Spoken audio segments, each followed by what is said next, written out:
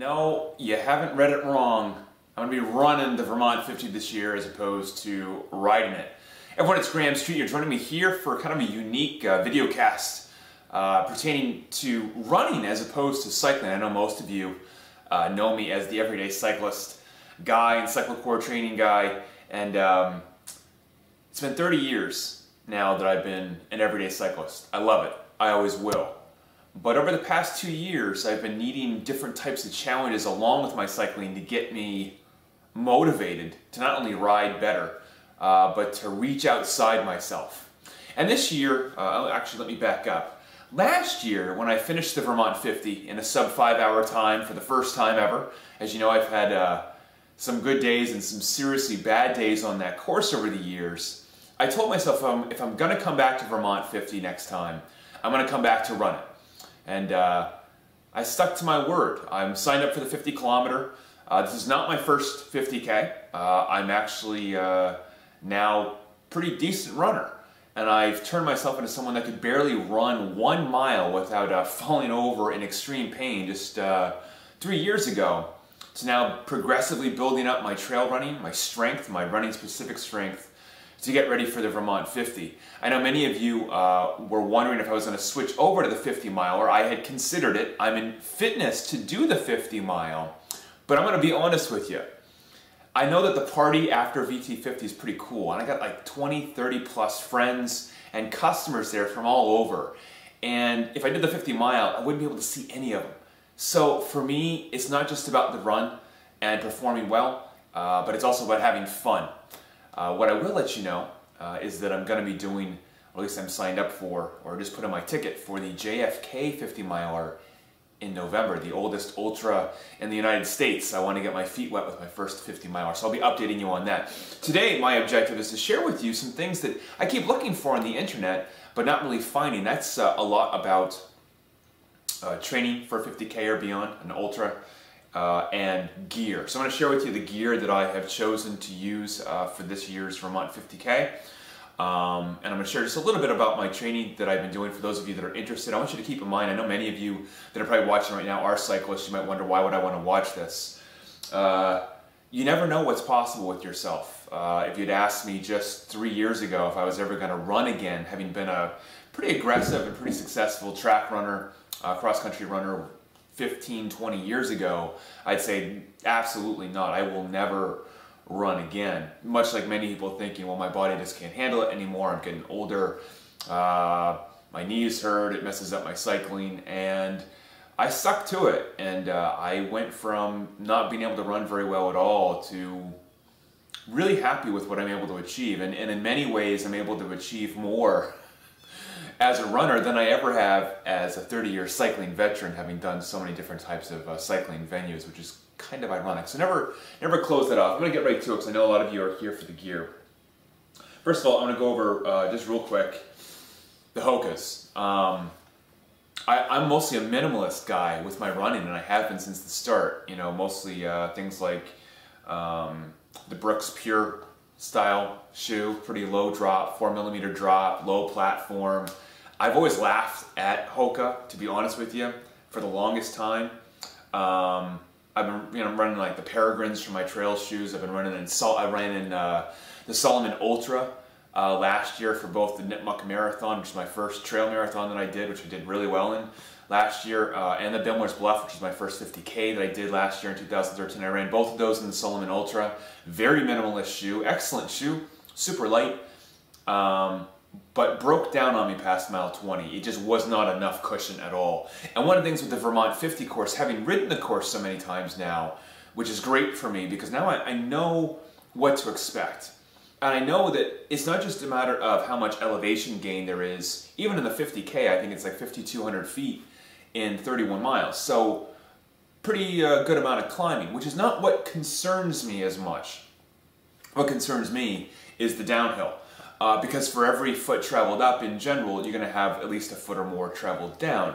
And any of you that are runners, especially ultra runners, know the real pain comes on your body, on your skeletal muscular system on the way down. So I needed a solution for myself to make sure that on the way down I didn't, number one, thrash my quads, which is pivotal. Once once the quads, and especially the inner quads, the groin muscles, the adductors go, it's game over. And we'll talk about that in another future podcast about core and functional strength relating to ultra running, which I've got some information for you, and how I've been dealing with those issues. As more of a muscular guy, relatively, former bodybuilder, so I have to balance that out. I'm not, some 140-pound light runner, grazing up and down those hills. It's not going to happen. So we have to work on some things to do that. And one of the things that I've been adding to my training is using the Hokas for a good portion of my running. Not all of my runs, but a good portion of my running. These are the Cliftons. These are new this year. I know a lot of you have this shoe. It's an awesome shoe. It really is. I'm not going to do a full review for you right now. What I can tell you is that for all of my road runs, and I don't do many road runs, but I will be having to do more if I want to do for the JFK 50. I'll have to do a lot more road running, flat running. The Clifton is a fast shoe, super light, and it definitely allows me to run harder for longer, and most importantly, recover quicker between the runs, which is the real secret ingredient when it comes to ultra training or just training in general. You guys know that from my cycling training that I've shared with you is that your recovery rate really dictates your fitness. I know that's hard for a lot of us to understand, but if you recover well and you recover quick, you can train harder more often. And it's not that you have to train or constantly supersede yourself every workout, but if you can consistently train above your previous level on an ongoing basis and recover quickly between, you'll have a game changer in your fitness and performance. I promise you that. It's just a matter of picking the right outlet to get that done. And these have definitely helped with my road running. Now, I'm not running with these for Vermont 50. And one of the reasons why is, having done the course again, is that lots of fire roads, lots of dirt roads, yes. But you have to factor in the last 10 miles of Vermont 50, including the 50K course. We're going to intercept the 50-mile runners and the 50-mile bikers on Vermont 50 for the last 8 to 10 miles. And if you've done the Vermont 50 course, you know it's really two different courses. You got the first 40 and you've got the last 10. And the last 10, I've seen people, including myself, been in tears, begging God to please let this come to an end, because it gets pretty technical. It's not hyper-technical terrain, and I think if you went out there just for a 10-mile run on the last 10 miles as a trail runner or as a mountain biker, you'd probably say, this is hard, but this isn't like the most technical stuff I've ever seen, and you'd be correct. However, what you have to factor in is by the time you hit that point in the race, you're cooked. I don't care if you're a mountain biker, I don't care if you're a great experienced runner, you hit that last 3 miles. And you hit the last aid station, everyone's all dancing and going around and say, hey, it's only 3 miles to go. Well, it's the longest freaking 3 miles of your life. You got to climb back up Mount Ascutney and then bomb your way down. And it never seems to end, man. It is really tough. And although I've never run it before, I know that in prior years, including last year with my PR, that even that last 3 miles, you're begging to the cycling gods to please let it come to an end. There's nothing left in your tank. So, for shoes, I've got two options. I've got another pair of Hokas. These are the Huacas. And we'll talk about this in another podcast. You see how beat up these are. I've got maybe 130 miles on these so far. They fell apart on me almost right away. Now, that being said, these shoes are killer.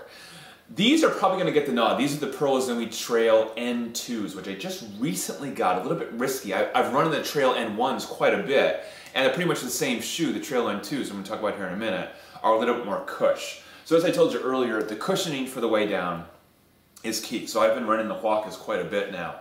Again, 130 miles, which is enough to really know the shoe. This shoe is incredible. It really is a phenomenal shoe. And I'm still in that final debate between these two. It looks like the weather this year for VT50 is going to be nice, like it was last year. That means drier conditions. That means warmer conditions than normal. That means you can really drop the hammer, which has its good points and bad points, because Vermont 50 is famous for, if you drop the hammer early, you could pay for it later, because the course doesn't let up at all. There is no rest on the Vermont 50 at all, unless you decide to pull off to the side and just sit there and, chug a beer and smoke a cigarette or something. You're not going to be getting any kind of reprieve.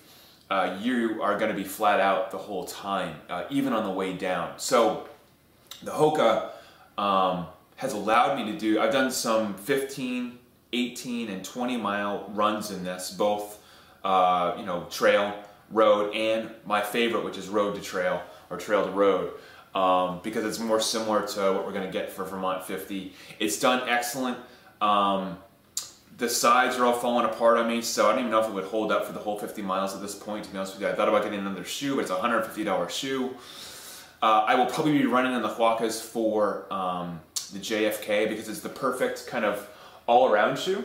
This tread doesn't look like it would hold up very much, but to give you an example, I ran an XC trail race just 2 weeks ago here in Cacaponset, which is where I do a lot of my training here. Very technical course. In fact, I would say much more technical than even the hardest parts of VT50. Very rocky, very rooty, up and down, fall on your face, and it's game over. These are what I ran in. I placed 6th overall, just about a minute and a half off the leader, and I'm not really a great racer, but these shoes, you can haul butt in these shoes. And again, one of the reasons why I had thought about not running this shoe was that I have put 130 miles on them, and I would say that the shoe dynamic has changed a little bit in that 130 miles. So not only is everything fraying apart, and the shoe looks like hell, it really does. The biggest thing for me is that the cushioning is not quite what it was just 50 miles ago. Now, I haven't heard anyone talk about that yet with Hokas. I'm so new to Hoka that I can't really give you an honest appraisal of it. Am I seeing a depression in the actual, you know, what do they call it, EVA? Is that what this is called? Again, I'm not hyper into all the terminology just yet with shoes, but I'm catching up quick, don't worry. It's not quite as stable as it once was. And I don't mean laterally, I mean up and down, which is what I'm looking for. I'm looking for that vertical compliance, much like we talk about in cycling. Same thing here with vertical compliance of the shoe. The last thing with this shoe, one of the reasons why I am probably not going to be running in this, and this is a big deal, is it's supposed to be warm, almost 80 degrees this Sunday, which is very rare for the Vermont 50. You might think to yourself, well, it's going to be dry, it's going to be warm, run the Hoka. Well, the problem with the Hoka, the biggest detriment, especially for me, is that this is the worst draining shoe in human history.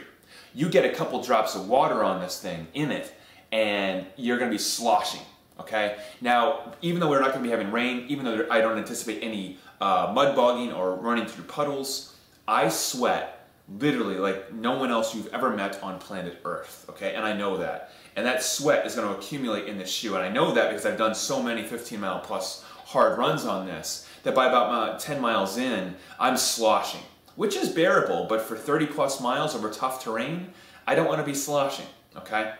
So that's why I bought the N2s. I have the N1s, which are an excellent shoe. I bought that shoe at a size 10. I sized up for this to a 10.5. I'm glad that I did. Even though it's a little bit looser through the heel cup, this shoe is probably the best all-around trail shoe I have ever been in. It's a bomber. It's super fast on the way up. The outsole is awesome. It's probably one of the best outsoles I've ever witnessed I've got lots of shoes. This is sticky, but not sticky where it slows you down on open terrain. It's got that rocker technology just like the Hoka does. Just like the Cliftons do, they got kind of that rocker technology to the midfoot, and since I'm a midfoot striker, that really helps me out quite a bit. But on the downhill, I've been spending some more time working with my heel. I think that's one of the problems that I had last year, especially with the Salomon Ultras, with great shoes, not much heel support there, and I was trying to run midfoot almost all of my downhills. Now, that's great for like 5 miles or 10 miles total, but when you're trying to run 30, 35, 40 miles, and I wound up doing almost 34 miles for that Ultra, by the way, so I have been able to go far. I wasn't able to use the heel as much as I'd like, and I've really learned to position my hips differently with my running. We'll talk about this in future casts as well, to make my heel a little bit more usable on the way down without breaking. And that's an important thing to learn, especially as a heavier set, top-heavy runner, is that when that heel comes down, I'm able to cushion through my legs a little bit more, where if I'm constantly trying to forefoot strike, which is great form, but on steep descents, that gets problematic for both the tibialis anterior up here and up into the IT band and into the glute muscles. And when you begin to break those down within a long run, again, that's where you get game over. And that's what I did in Bimler's Bluff last year. I ran very well for Bimler's last year. I ran with Rusiecki early in the race for the first 8 or 10 miles, fast. Did really well, could have hung probably all the way to the end, and then I didn't blow up, not nutritionally, not fitness-wise, everything was great, except for my stride had broken down by about the marathon mark, and I could barely get my right leg to turn over. Literally, I could barely lift and rotate the leg past that, and it comes from the foot, and again, we'll talk about this later, because it's a lot to talk about, but it starts from the foot up, not necessarily from the core down, and it's the core that keeps that foot stable, and I had a breakdown within that area. So my thinking is with this shoe, I bought it number one because I was anticipating having bad weather. I think VT50 is due, and who knows, I mean, even though they're still calling for beautiful, glorious 80-degree weather for Sunday, they've done that before, and like 24 hours beforehand, the weather turns to shit. And any of you that have done Vermont 50 know, this course, when the weather's great, is an awesome course. If you're strong and you're fit, it's a beautiful day. It's going to hurt, but it's going to be a beautiful day. If the weather is just a little bit damp or rainy, or if it rained the day before or the day of, like in 2009, the famous mud bog that took me 8.5 hours to do on a mountain bike, it is pure hell. And that's why I bought these, because I knew that I did not want to run these in rain, I did not want to run them in wet, and I was considering not running them because of the lack of drainage. I ran these the other day on a power line run in my area, probably one of the hardest runs in my local area that no one else has ever done. I'm sure I'm going to hopefully attract some other runners to come run this. This is a killer run. Jagged rock, loose scree, puddles, giant puddles. It was pouring down rain the entire run, only about 13 miles, but it was 2,200 feet of vert and steep vert like this with no traction. These shoes did killer. They did killer. I mean, I was able to go downhill just as fast, if not faster, than with the Hoka. And again, when you're talking about an elevation course, too many people spend too much time only thinking about the up. How fast can I go up? How often do I have to walk? What's my red line? How do I stay at my red line? Those things are going to limit how fast one can go uphill, period, okay? I'm a pretty decent uphill runner. In fact, that's probably a strength of mine. Even though I'm a heavier guy, I'm powerful. And that power allows me to sustain good amounts of energy going up, especially steeper level climbs. I know when to walk. Once I reach that 161, 162 beat per minute marker, and I will be running with my heart rate monitor, my Garmin 910, I will let my body move into a walk. So the only time to make up good time, if you're looking for performance, is downhill. And if you look at some of the race performances for the elite level runners, the top three, including Rusiecki, I forget the guy's name, that he dropped the hammer at like 6 hours and 20 minutes for the 50-miler last year. When he came bombing down to the finish, we were all sitting there drinking beers having finished the mountain bike. This guy was clocking, I would be willing to say, a 6-minute mile coming into the finish for the Vermont 50. He was hauling ass down. And if I'm correct, he was in these shoes. It wouldn't have surprised me if he was. So these are probably going to get the nod from me. I got a bit of a bruised foot right now from a 5K that I did in the Cliftons just a couple days ago. Set a PR for my 5K in these, by the way. 6:20 pace, 19 minutes or something like that. I know a lot of you were a lot faster than me, but for me that's pretty quick.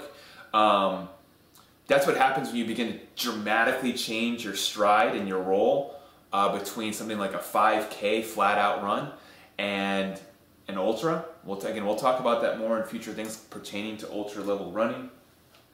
Hydration and nutrition. I want to keep it pretty simple. I've been training with a handheld. This is a 22-ounce bottle, 24-ounce bottle.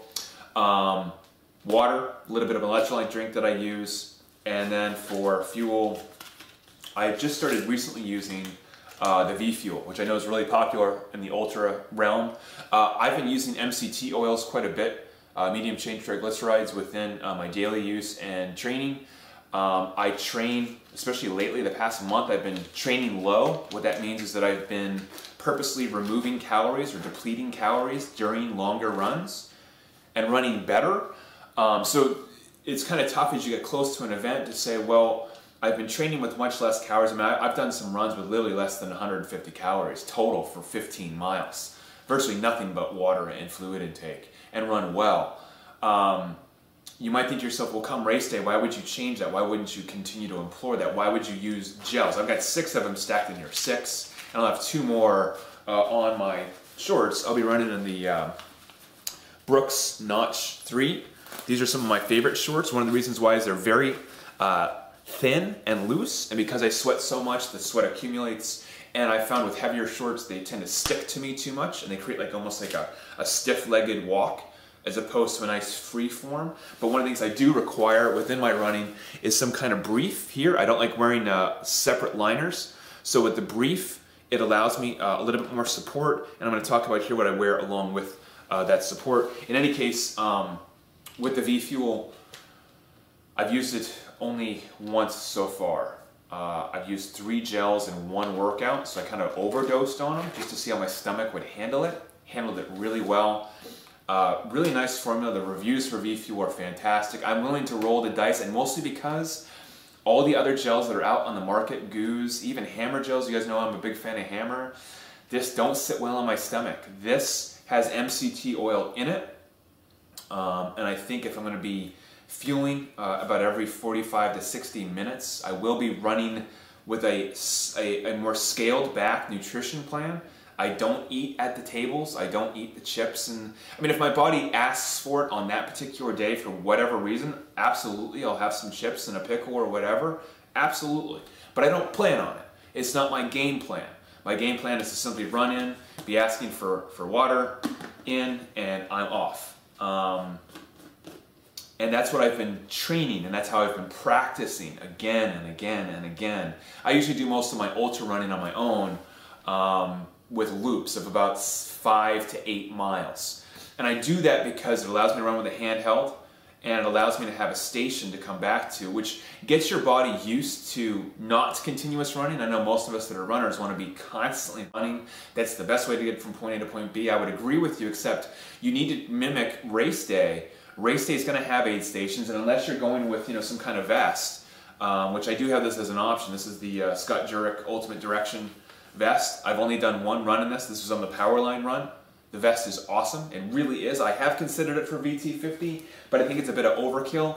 I'm so trained with the handheld, the basic handheld. In fact, usually with my handhelds, I don't even usually use the strap here. Again, this is a Nathan, strap on. Don't get any funny ideas there.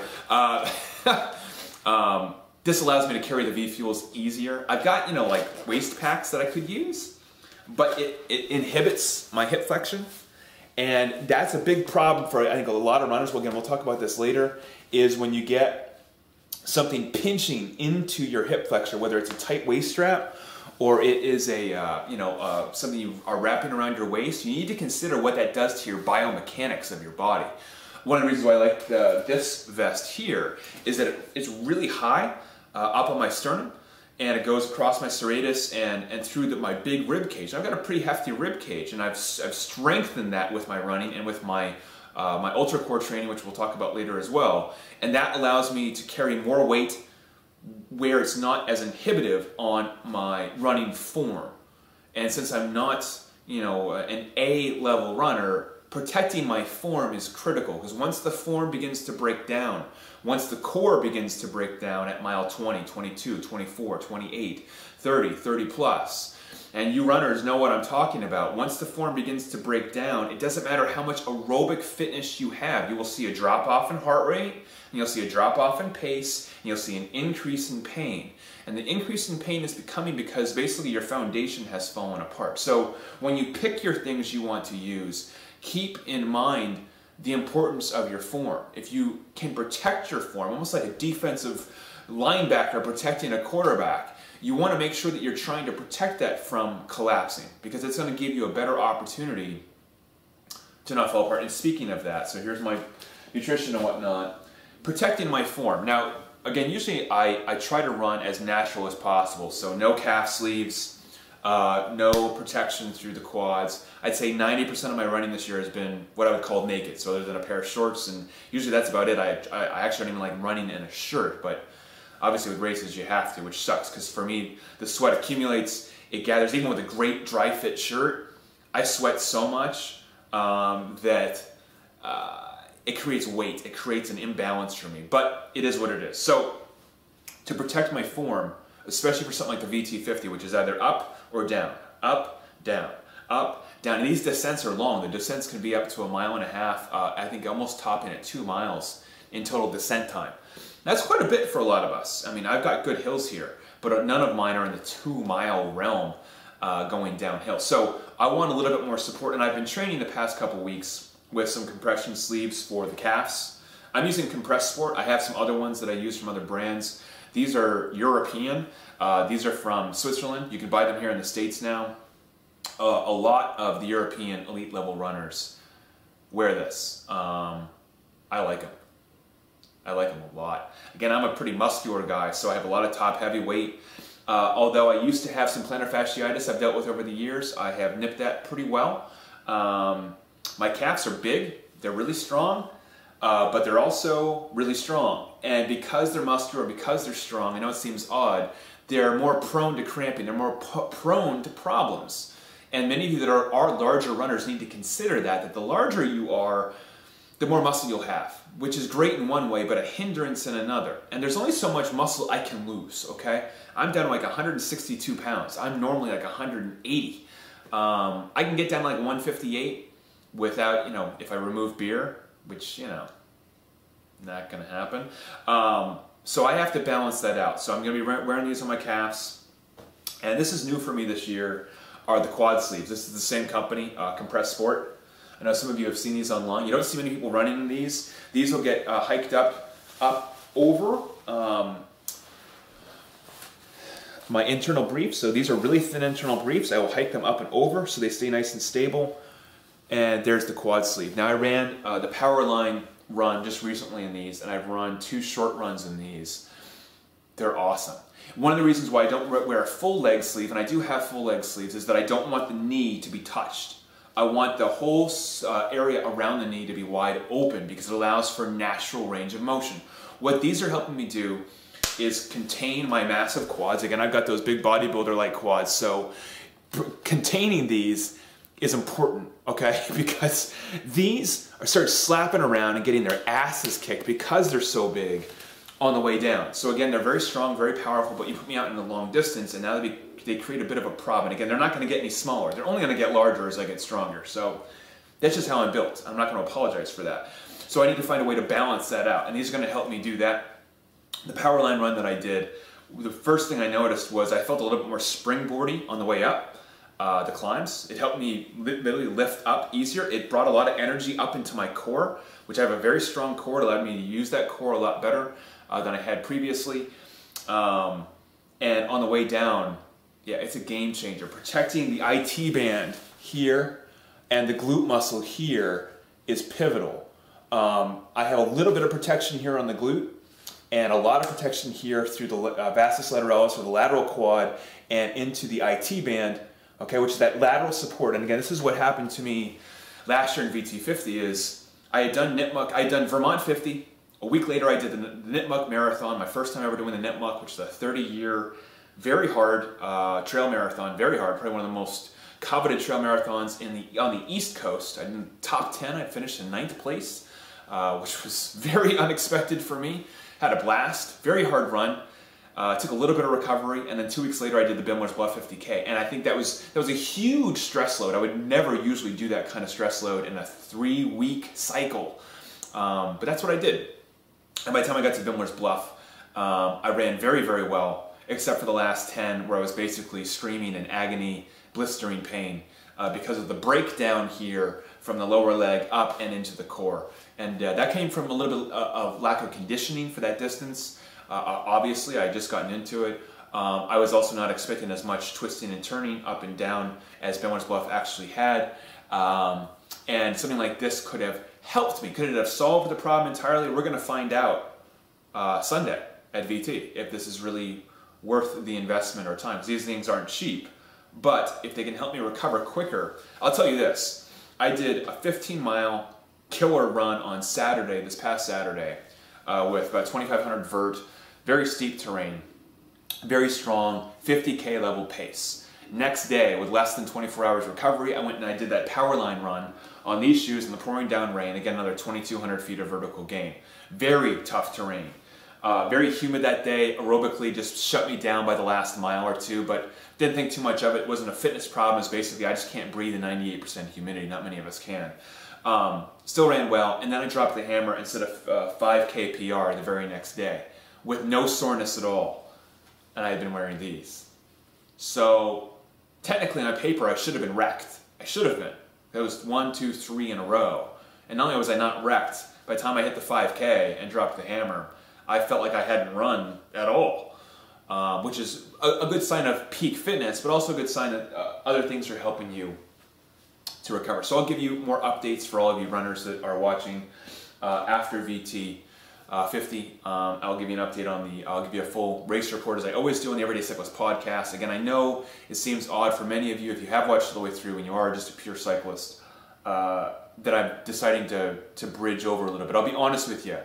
I have not been able to ride the bike much since the Deerfield Dirt Road Ran in May, which was back in August. That was 180K, bike ride. Did excellent on A-level fitness that day, but my leg shut down on me, much like it did for Bimler's Bluff.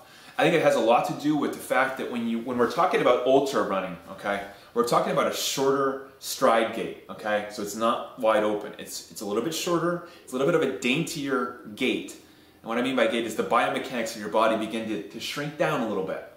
And when you go back to a full pedal stroke, we're more into an open gait. And although the open gait's fantastic to have, the range of motion with as much volume and intensity I've been building into my ultra level style running, the large pedal strokes have not been agreeing with me. And more importantly, being locked into a fixed cleat position has been causing me some issues. I tried to go out for a 3-hour enduro on the mountain bike 2 weeks ago, and it wrecked me. Not physically. I mean, physically, aerobically, strength-wise, not a problem at all. Biomechanically, shut down. So I've been having to get off the bike, and I've been riding for 30 years. I've done a lot on the bike, and I still plan to do a lot more on the bike. But for right now, I'm listening to my body. My body's literally telling me, can't ride, don't ride, focus on the current goal. So that's what I'm doing. Am I going to be abandoning my cyclists? Absolutely not. I have more passion for cycling than I probably ever have, mostly because I'm not doing it as much. I know that seems awkward, but I've been riding for so much and for so long that it's good to yearn. It's good to want to miss. Missing something is underrated. And I've been missing running, I guess, for the past 15 or 20 years. So I've been jumping on board with that. Again, I'll keep you posted on everything. You'll see me wearing these arm sleeves. I won't be wearing these for the VT, but I wear them for recovery. I got some compressed sport full-length leg sleeves that I'll be putting on just after the video. I just didn't get around to putting them on beforehand. I'll usually wear those for recovery. I'll wear them on the ride. I drive up to Vermont tomorrow. I'll be up there 2 days early as opposed to 1 this year, which is great because I get to go to the Harpoon Brewery, get a couple great Oktoberfest samples from up there at the brewery, get to relax, get to chill out. I've only run, I think, a total of 40 minutes this entire week. So my taper, it's all been very intense. Huge intensity of my volume has dropped off a cliff. I do plan on a short run today and possibly tomorrow. We're talking about no more than 30 minutes, 35 minutes.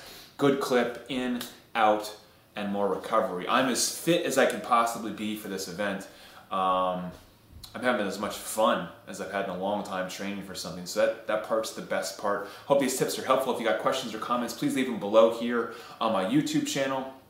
I will be giving more information related to ultra-specific training and running here in months to come. To speak again, ride and run with a smile on your face. Don't be afraid to try new things. I'll talk to you soon.